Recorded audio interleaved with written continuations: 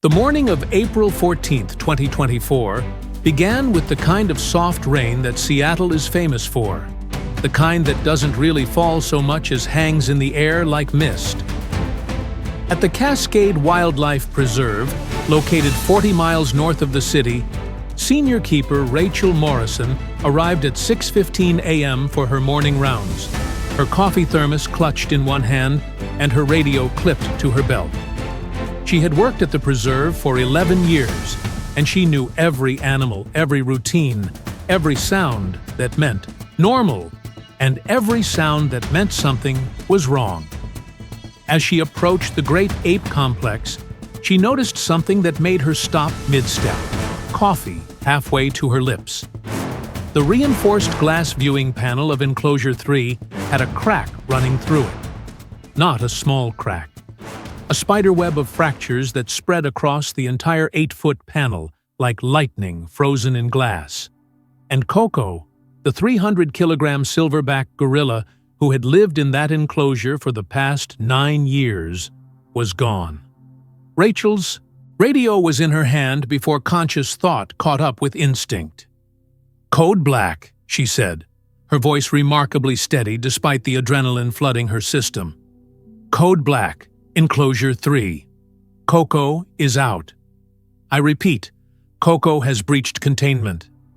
Code Black was the preserve's highest emergency protocol, reserved for the escape of a potentially dangerous large animal. Within 90 seconds, every staff member on the property had been alerted.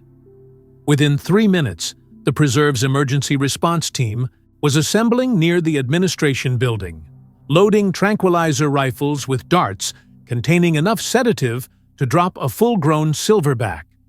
Within 5 minutes, local police had been notified and were en route. And within 7 minutes, Dr. Michael Jang, the preserve's director of primate programs, was standing in front of the cracked glass, his face pale, trying to understand how this had happened. Koko wasn't an aggressive gorilla. His behavioral records over 9 years showed a calm, almost docile temperament. He had never displayed the chest-beating, charging behavior that some silverbacks exhibited. He ate his meals, he built his night nests, he occasionally interacted with the enrichment items staff provided, but mostly he just sat. For 9 years, he had just sat, usually in the same corner of his enclosure, usually facing the same direction, toward the parking lot, toward the main entrance, as if waiting for something, or someone. The investigation team arrived within an hour, and what they discovered made no immediate sense. Koko hadn't broken the glass from inside. The fracture pattern indicated impact from the outside, but security footage showed no vandalism, no accident, no external force that could have caused such damage. It was only when they reviewed footage from the interior cameras that the truth became clear and deeply disturbing. Koko had been hitting the glass, not in rage, not in an escape frenzy, but methodically, repeatedly, with his massive fists, for hours. The footage timestamp showed he had started at 11:47 p.m. the previous night and had continued, with brief rest periods, until 5:52 a.m. 7 hours of deliberate, sustained effort to break through reinforced glass designed to withstand the force of a charging elephant. The glass had finally given way at 6:03 a.m., just 12 minutes before Rachel arrived for morning rounds. Dr. Jung watched the footage 3 times, his hands shaking. "This isn't random," he said quietly to Rachel and the assembled team. "Look at his face. He's not in distress. He's determined. He has a purpose." The question that no one could answer was what that purpose might be. Silverback gorillas, even those raised in captivity, retained all their strength and all their potential for danger. A 300-kilogram male could kill a human with casual ease. And Koko was loose somewhere in the 300-acre preserve, or worse, somewhere beyond it, heading toward populated areas with intent that no one could decipher. But Koko hadn't gone far. The tracking team, using the preserve's network of security cameras and motion sensors, located him within 20 minutes. He was at the main entrance. More specifically, he was sitting on the ground directly in front of the main gates, in the visitor parking lot that was still empty at this early hour. He wasn't moving, wasn't exploring his newfound freedom. He was simply sitting, facing the access road, in the exact same posture he had maintained for 9 years in his enclosure. Waiting. The emergency response team approached with extreme caution, weapons raised, maintaining a perimeter of 50 meters. Dr. Zhang observed through binoculars, noting Koko's body language, looking for signs of agitation or aggression. There were none. The massive Silverback sat with his characteristic stillness, his intelligent dark eyes focused on the road, his enormous chest rising and falling with calm, steady breaths. "It's like he's waiting for someone," Rachel whispered, voicing what everyone was thinking. Dr. Zhang lowered his binoculars and pulled out his phone. He scrolled through files, looking for something he remembered seeing years ago when he first took over the primate program. Koko's intake records from 2015. The documentation of how he had arrived at the preserve and from where. And more importantly, from whom. The name in the file was Helen Ashford, and the address listed was in Olympia, Washington, about 60 miles south. The intake notes were sparse, but revealing. Owner surrendered animal due to inability to continue care.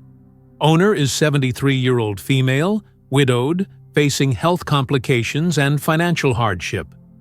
Animal is 7-year-old male western lowland gorilla, raised from infancy by owner after rescue from illegal exotic pet trade. Strong human bond evident. Separation distress observed in both animal and owner during intake. Recommend minimal human contact during acclimation period.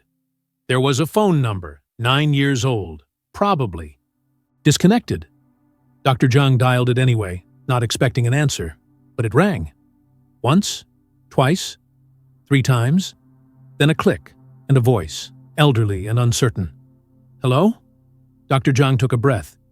"Is this Helen Ashford?" There was a pause. "Yes, who is this? My name is Dr. Michael Zhang. I'm the director of primate programs at Cascade Wildlife Preserve.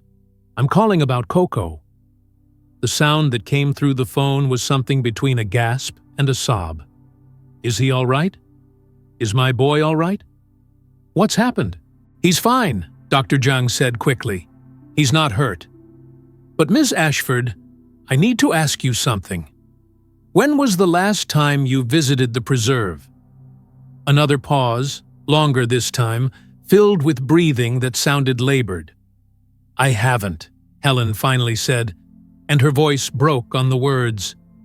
"I haven't been able to visit. Not once. Not in 9 years. I wanted to. God knows I wanted to, but I couldn't afford the gas, couldn't afford anything after I gave him up. And I thought it would be easier for him if I didn't come. I thought he would forget me and be happy, and that seeing me would just make it harder." Dr. Zhang's mind was racing, connecting pieces. "Ms. Ashford, did you live near the preserve before you surrendered Koko?" "No," Helen said. "I lived in Olympia. Still do. Same house?" "Why? And you never came to visit? Never came to the preserve at all in 9 years?" "Never," Helen confirmed. "I couldn't bear it. I couldn't bear seeing him in a cage after he'd lived in my home as part of my family for 7 years." Dr. Zhang looked out at Koko, still sitting motionless at the gates. Then he asked the question that would change everything. "Ms. Ashford, did you and Koko have any routines? Any specific things you did together?" Helen's response came immediately, as if she'd been waiting 9 years to tell someone. "Every morning," she said, her voice thick with tears. "Every single morning at 7:30, I would sit in my rocking chair on the front porch with my coffee, and Koko would sit beside me. We'd watch the sunrise together. We'd watch the cars go by on our street. I'd read him the newspaper. He loved when I read to him. Even though he couldn't understand the words, he loved the sound of my voice.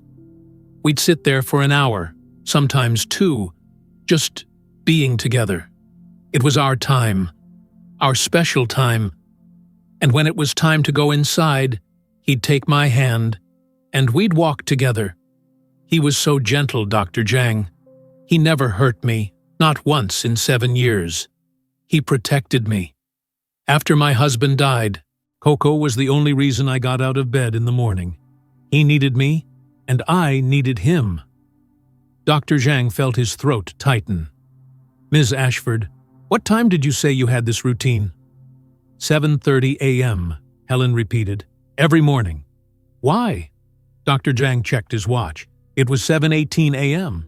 He looked at Koko, sitting at the gates, facing the access road. Waiting.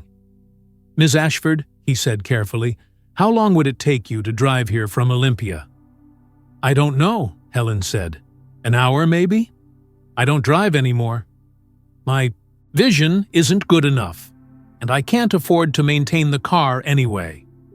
It's been sitting in my driveway for 6 years. Dr. Zhang made a decision that would probably cost him his job if it went wrong, that violated every safety protocol the preserve had, and that he knew with absolute certainty was the right thing to do. Ms. Ashford, he said, I'm going to send a car for you. A member of our staff will pick you up and bring you to the preserve. Can you be ready in 20 minutes? There was silence. On the line. Then, in a whisper, Why? What's happening? Your boy escaped his enclosure this morning, Dr. Zhang said, and his own voice was unsteady now. He broke through reinforced glass that should have been impossible to break. And now he's sitting at our front gates, facing the road, waiting. Ms. Ashford, I think he's waiting for you. I think he's been waiting for 9 years. And I think he decided this morning that he was done waiting. Helen Ashford was 82 years old and looked every day of it. When she emerged from her small house in Olympia, 20 minutes later, assisted by Rachel Morrison, who had made the drive in record time, she moved with the careful slowness of advanced age and chronic pain. She wore a flower print dress that had been mended multiple times, a cardigan that had seen better decades, and shoes that were worn nearly through at the soles. Her hands shook with what might have been Parkinson's or just the tremor of age. Her eyes were clouded with cataracts. But when she lowered herself into the passenger seat of Rachel's vehicle. When Rachel explained what was happening, Helen's face transformed. The years seemed to fall away, replaced by an expression of desperate hope and fear so profound that Rachel had to look away to keep her own composure. He remembers me? Helen whispered. After 9 years, he remembers? We think so, Rachel said gently. We can't be certain, but his behavior suggests he's waiting for someone. And the timing matches your morning routine from when he lived with you. Helen covered her face with her shaking hands and sobbed. I thought I'd never see him again, she said through tears. I thought giving him up was the right thing. I was so sick, and I had no money, and he needed proper care. They told me he would adjust, that he would be happy, that gorillas don't form permanent attachments to humans. They told me he would forget. I prayed he would forget, because the alternative, that he might remember and wonder why I never came back. That was too painful to bear. The drive to the preserve took 58 minutes. Helen sat in silence for most of it, her hands clasped in her lap, tears running continuously down her weathered cheeks. Rachel tried to prepare her for what she might see, for the fact that the response team was standing by with tranquilizer rifles, for the possibility that Koko might not react the way they hoped, that 9 years was a long time, and even if he remembered her, he might not respond safely. But Helen wasn't listening. She was somewhere else, lost in memories of morning coffee on a porch with a young gorilla who had been saved from traffickers and brought to her by a wildlife rescue organization that needed someone with experience raising exotic animals. Helen had spent 40 years as a zookeeper before retirement. She had raised 3 orphaned gorilla infants during her career. She knew the protocols, knew the risks, knew that gorillas were wild animals no matter how much they seemed like family. But Koko had been different. Koko had come to her at 6 months old, traumatized and sick, barely clinging to life. She had fed him every 2 hours, had slept beside his makeshift nest on her bedroom floor, had held him when he cried, had played with him when he was well enough to play, had taught him sign language commands for food and drink and more and please and love. She had given him 7 years of her life, and he had given her a reason to live after her husband's death left her, hollow and purposeless. They arrived at the preserve at 8:47 a.m. The sun had burned through the morning mist, and the day was turning bright and clear. Dr. Zhang met them at the administration building, his face grave. "He's still there," he told Helen as Rachel helped her out of the vehicle. "He hasn't moved. We've kept our distance, haven't tried to approach. Ms. Ashford, I need you to understand that this is dangerous. Koko is a 300-kilogram silverback. He has the strength to seriously injure or kill.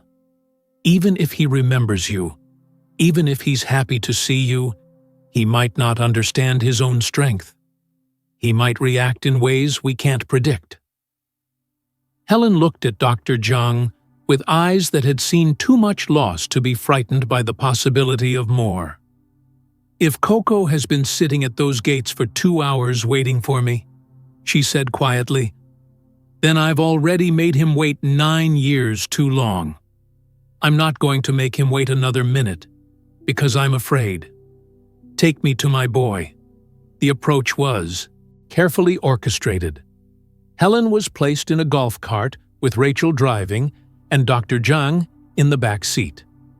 The response team maintained their positions, rifles ready but pointed at the ground. Security cameras captured every angle.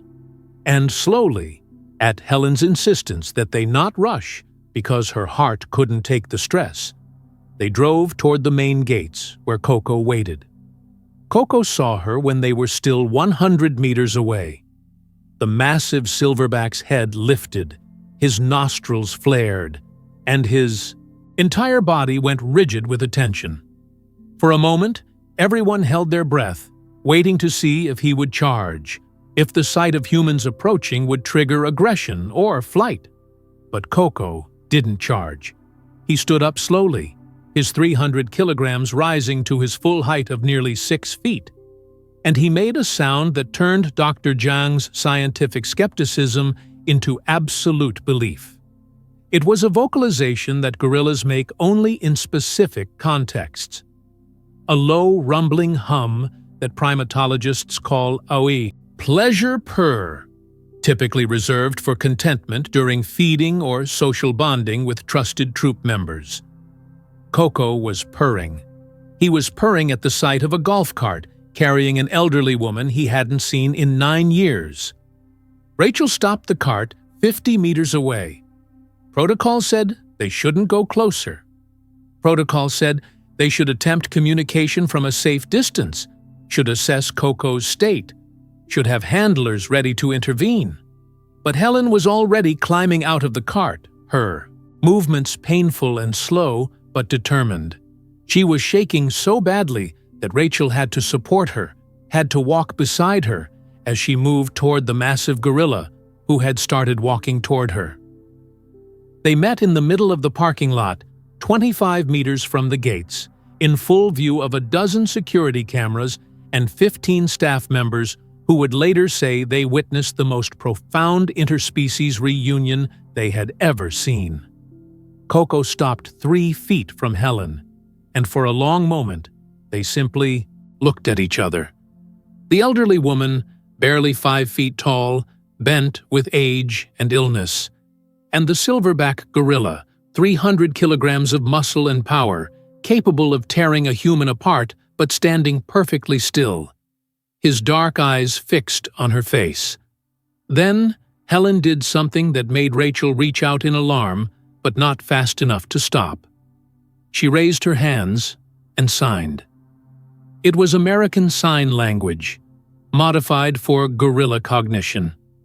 Her hands were shaking so badly the signs were barely recognizable, but she made them.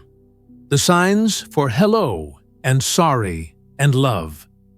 Koko's response was immediate and unmistakable. His massive hands moved in signs that Helen had taught him 16 years ago when he was an infant learning to communicate. He signed mother, then where, then sad. 3 signs that asked the question he'd apparently been holding for 9 years. Mother, where were you? Why was I sad? Helen made a sound that was beyond crying, beyond grief, beyond any simple emotion. Was the sound of a heart breaking and healing simultaneously. She took a step forward, and Koko closed the remaining distance. And then this massive silverback, this powerful wild animal who could have crushed her with casual ease, did something that made every witness understand that what they were seeing transcended species and science and everything they thought they knew about animal cognition. Koko wrapped his arms around Helen in an embrace so gentle, so careful, so precisely calibrated to her fragility, that it was clear he remembered exactly how delicate she was. He held her the way he had held her 16 years ago when he was young and she would pick him up and carry him. Except now the roles were reversed, and he was the one providing support, his massive arms creating a shelter around her small frame. Helen buried her face in his chest and sobbed. "I'm sorry," she said over and over. "I'm so sorry, baby. I didn't want to leave you. I didn't have a choice. I was sick and poor, and I couldn't take care of you the way you needed. They promised me you'd be happy here. They promised me you'd forget. But you didn't forget, did you? My sweet boy, you didn't forget."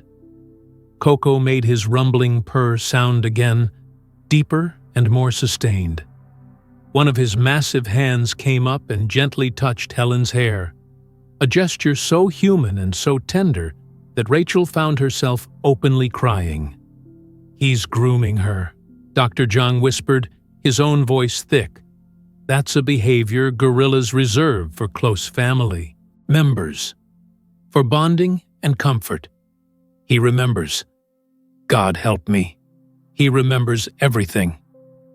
For 20 minutes, they stood there. Helen couldn't stand for long. Her legs weren't strong enough, but Koko seemed to understand. He carefully lowered himself to the ground and positioned Helen against his chest, supporting her weight, creating a living chair for her. And there, in the parking lot of a wildlife preserve, they sat the way they had sat for 7 years, on a porch in Olympia. Together. Helen talked to him. She told him about the 9 years, about how she had thought of him every single day, about how she had kept his baby pictures on her mantle and looked at them every morning when she had her coffee, about how she still sat on her porch at 7:30 a.m., even though she now sat alone, because it was the time that belonged to them and she couldn't bear to give it up. Koko listened. His eyes never left her face, and occasionally he would sign simple words. Good. Love. Mother. Words that confirmed what everyone watching already knew. This wasn't an animal greeting a former caretaker. This was a son reuniting with his mother. Dr. Zhang approached carefully after 30 minutes, moving slowly and making himself visible. "Ms. Ashford," he said gently, "we need to discuss what happens next. Koko needs to go back to his enclosure. We can't leave him out here, and we need to assess the damage to the glass, make repairs." Helen looked up at him, and the pain in her face was visceral. "You're going to take him back to his cage?" Dr. Zhang opened his mouth to explain about safety and protocols and liability, but Helen continued before he could speak.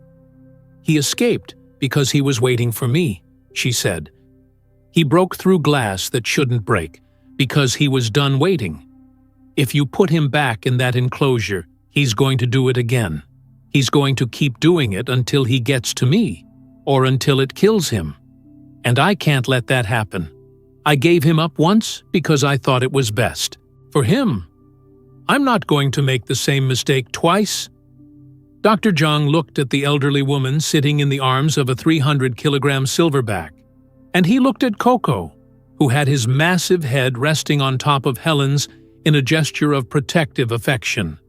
And he thought about the 9 years of behavioral reports describing Koko as lethargic and unresponsive, about the notation that he spent most of his time sitting in one spot, facing the same direction. Waiting. "What are you proposing?" Dr. Zhang asked, though he thought he already knew.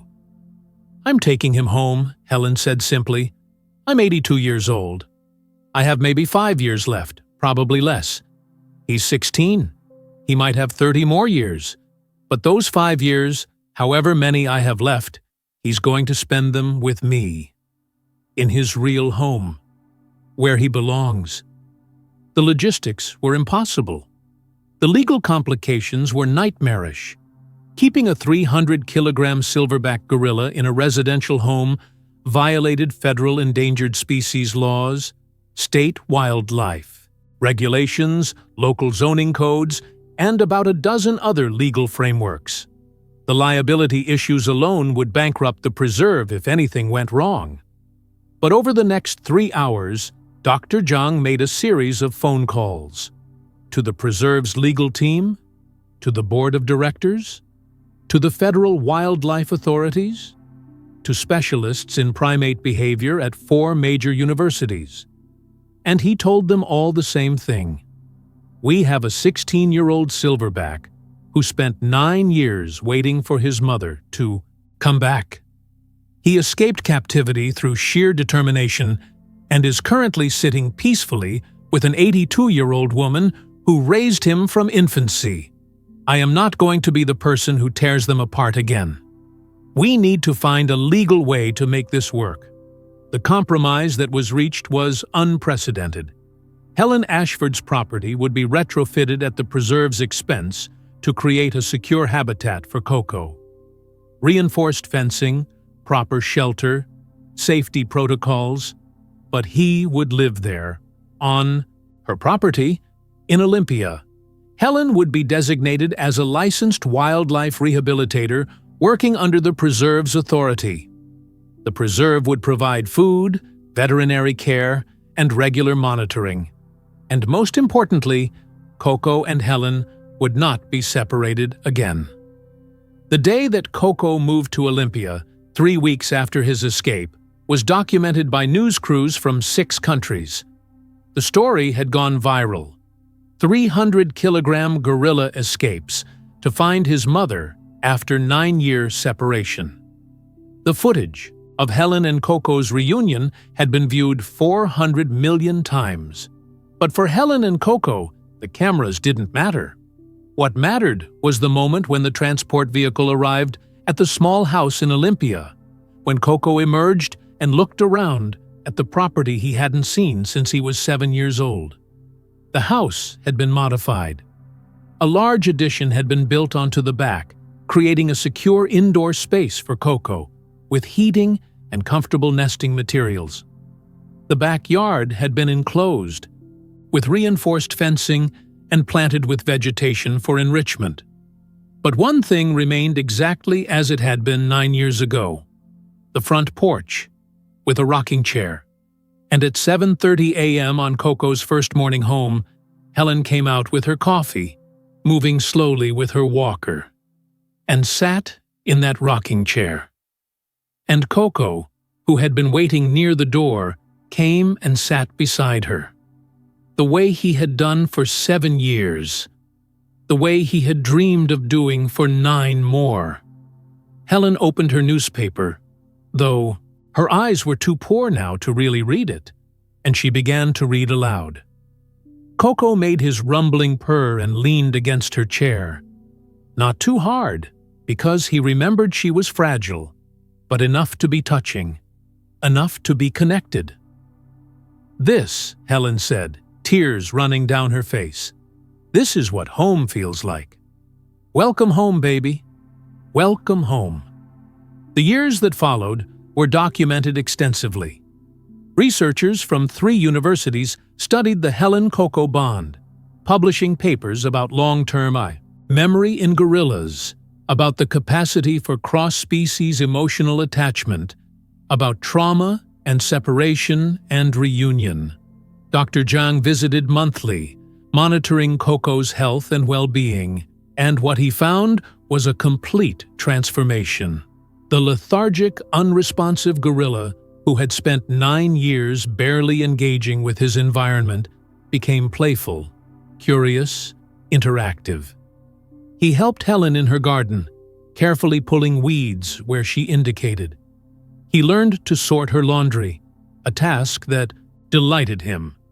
He watched television with her in the evenings, showing particular interest in nature documentaries about gorillas in the wild.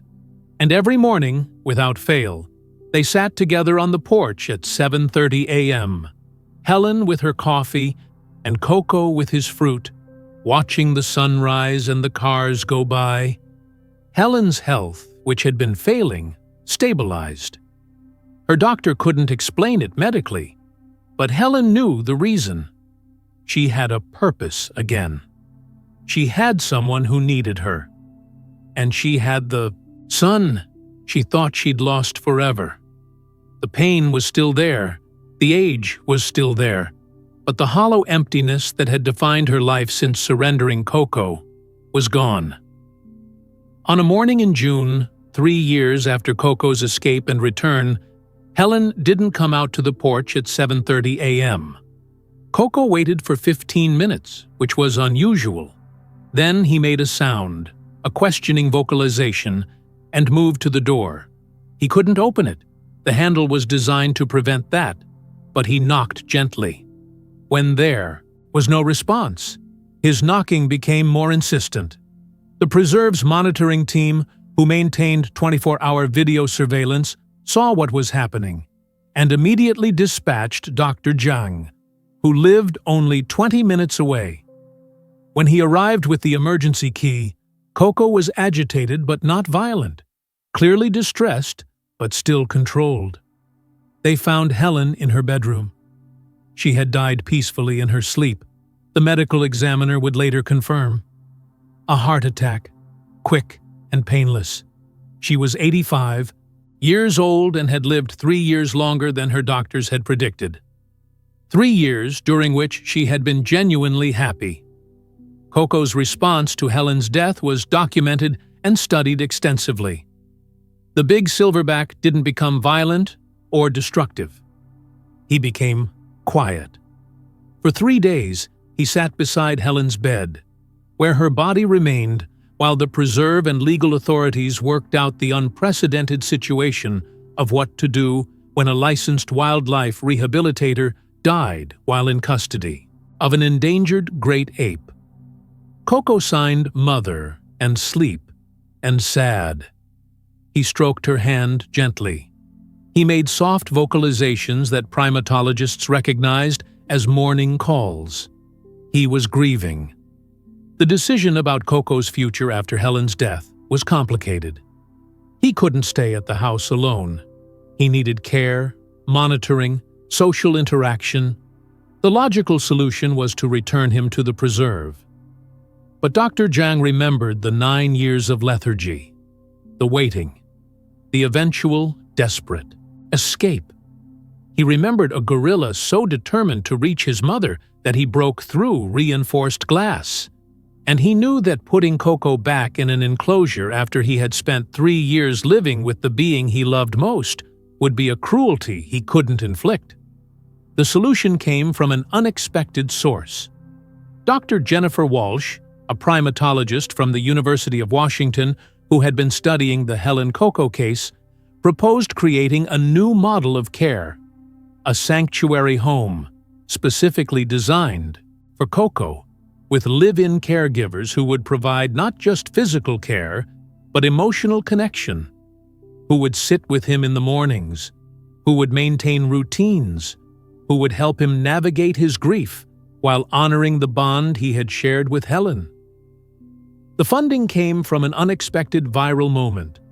A video of Helen and Koko's morning routine, filmed a month before her death, was posted by the preserve with Helen's pre-arranged permission. It showed Helen, frail and elderly, reading newspaper to a massive gorilla who listened with absolute attention. It showed her laughing when Koko gently plucked a flower and handed it to her. It showed them simply being together, a bond so pure and profound that it transcended every barrier that should have prevented it. The video was viewed 600 million times. The donations flooded in. Within 2 weeks, enough money had been raised to purchase the property next to Helen's house, to hire staff, to create a permanent sanctuary specifically designed around Koko's needs and his memories. Koko lived in that sanctuary for 12 more years. He was cared for by a rotating team of staff who learned his preferences, his signs, his routines. Every morning at 7:30 a.m., someone sat with him on a porch that had been built to replicate Helen's. Not because they had to, but because Koko would sit there anyway. And having someone beside him seemed to ease whatever pain he carried. He never fully returned to the playful engagement he had shown during his 3 years with Helen. But he also never returned to the lethargy of his 9 years waiting. He existed in a state that the staff described as peaceful sadness. He was a gorilla who had known profound love and profound loss, and he carried both with dignity. Dr. Zhang visited regularly throughout those years, documenting Koko's life for what became a groundbreaking longitudinal study on great ape emotional capacity. And in quiet moments, he would sit beside Koko and wonder at the mystery of consciousness, of love, of the bonds that formed between beings who should have remained forever separate. On a morning in November, 12 years after Helen's death, Koko died peacefully in his sleep. He was 31 years old for a gorilla, and he had lived a longer life than most of his species in captivity. The veterinary examination found no specific cause beyond age and the natural failure of systems that comes with it. But the staff who found him noted something that they included in their report, even though it wasn't scientific, even though it was pure speculation. Koko died in his sleeping nest, with one massive hand extended toward the door, stretched out as if reaching for something or someone. The story of Koko and Helen Ashford became a touchstone in conversations about animal consciousness, about the ethics of captivity, about the bonds that form between species and what we owe to animals we bring into our lives. The preserve where Koko had spent 9 years waiting created the Koko Protocol, a new framework for assessing the emotional well-being of captive primates and for facilitating connections that might exist with former caregivers. Zoos around the world began reconsidering their policies on human-animal bonding. The footage of their reunion, of their morning routines, of Helen reading newspaper to a 300-kilogram silverback who listened with absolute attention, was used in psychology courses and veterinary programs and ethics seminars. But the most profound impact was simpler and more personal. The story reached people who had given up pets they loved, who had surrendered animals because of circumstances beyond their control, who carried guilt about choices they had made. And it told them something that Helen had learned at 82 years old. It's never too late to go back. It's never too late to keep a promise. The bonds we form with those we love, whether human or animal, don't fade just because time passes. They wait, patient and enduring, for the moment when we find the courage to honor them. If this story touched your heart, if it made you think about the promises you've made and the bonds you've left behind, leave a comment. Tell us about an animal you had to give up, or one you rescued, or one that changed your understanding of what love means. Tell us about the connections that transcended what should have been possible. And if you believe, as Koko and Helen proved, that love between species is real and profound and worthy of being honored even when it's inconvenient or complicated or breaks every rule we've made, then subscribe. Hit that subscribe button because there are more stories like this one, stories that expand our understanding of consciousness and emotion, and the invisible threads that connect us across every imaginable barrier. Hit like if this story made you cry, if it made you believe in the emotional lives of animals, if it made you want to honor every bond you've ever formed. Share this with someone who works with animals, who has loved and lost, who needs to be reminded that some connections are so powerful, they survive years of separation and miles of distance and every obstacle we place between them. Koko escaped his enclosure not out of rage or instinct, but out of love. He broke through barriers that should have been unbreakable, because he was done waiting. And when Helen finally came, when she signed her apology and her love, he forgave her the way only pure love can forgive. Without immediate totality, with no conditions, with nothing but gratitude that she had finally come home. Comment below if you believe animals deserve better than cages. Subscribe if you want more stories that prove consciousness and emotion aren't uniquely human traits. And share if you think the world needs to know that a 300-kilogram gorilla taught us more about love, memory, and forgiveness than most humans ever learn. Because that's exactly what Koko did. He taught us that love waits, that memory endures, and that coming home, no matter how long it takes, is always worth the journey.